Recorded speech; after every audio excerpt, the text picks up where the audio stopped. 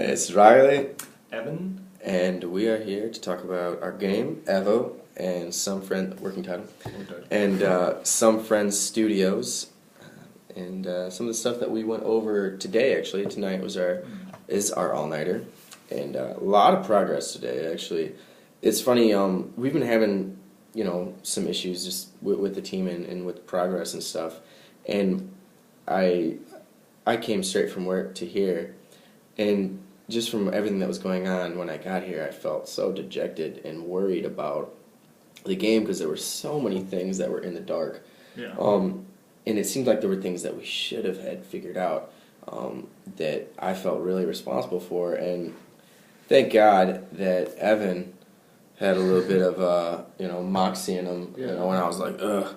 He was like, wait, we got the solutions, and he came up to me and he said, okay, well, here are all the things that we have set in stone, and we need to do that. So he and I sat in this very room, watch out, and basically whiteboard set up over here. Yeah. I wish we could show our little setup we had, but it was pretty rad. Oh yeah. But we went over a lot of pretty key things, like for example, what was the very first thing that we nailed down?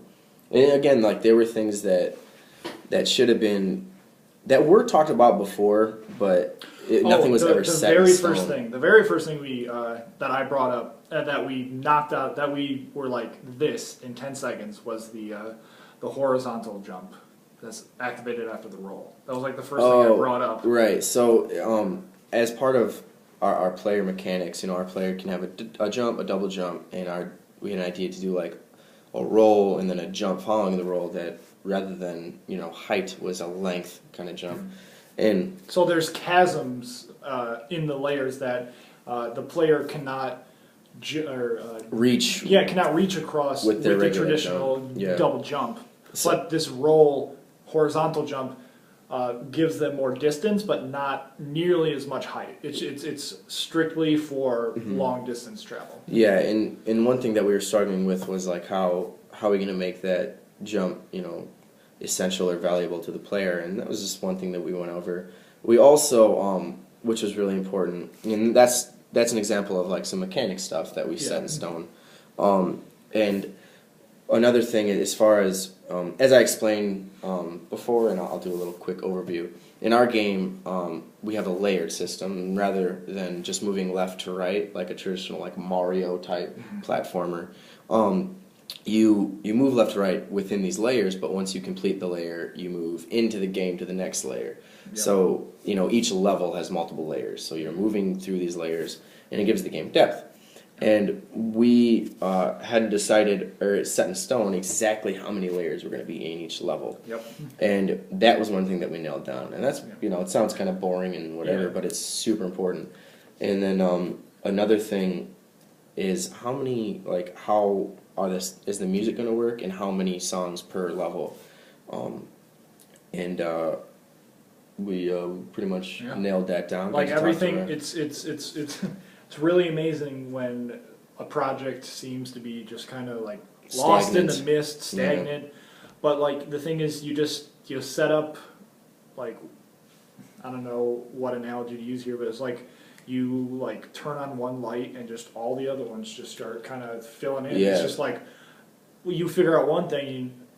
I guess the greatest thing to realize, especially when you're making a game, is that everything is connected in some way. So you have a player, and then you have other players, and you have to think about the interaction between all those players. And then there's like, I don't want to say like hazards in a game. You have to think about how each hazard interacts with each player, and then how each player interacts with each interactable. Pretty much everything interacts with something. Yeah, basically you have to figure all that out. They're all connected, right? And if we're circling on one thing, that means that it's affecting everything else. Which I think is what you were saying. Yeah, that's exactly what I was saying. Yeah, and you know what's funny? Just to go on a quick side note, I love how sometimes when we do these videos, like you say something, you ramble on, and then I'm like, and then I explain it in like 5 words, and then I do the same thing the next video. Yeah, right. Yeah, we take turns. Before the videos, I go, I'm going to be the rambler this time. And I'm gonna seem like the intelligent. Yes, no, we don't do that. But yeah, again, a lot of the things that we were deciding sound like little things, but as Evan was saying, they all interconnect. So, how this jump works affects how we're setting up this level, and how the layers work, how the music work affects how the player's playing the game. So, because of all these things that I mentioned weren't set in stone, and then all these other problems were happening, I was kind of in a state where I was just like, oh my gosh, how are we going to do this? This is way too much.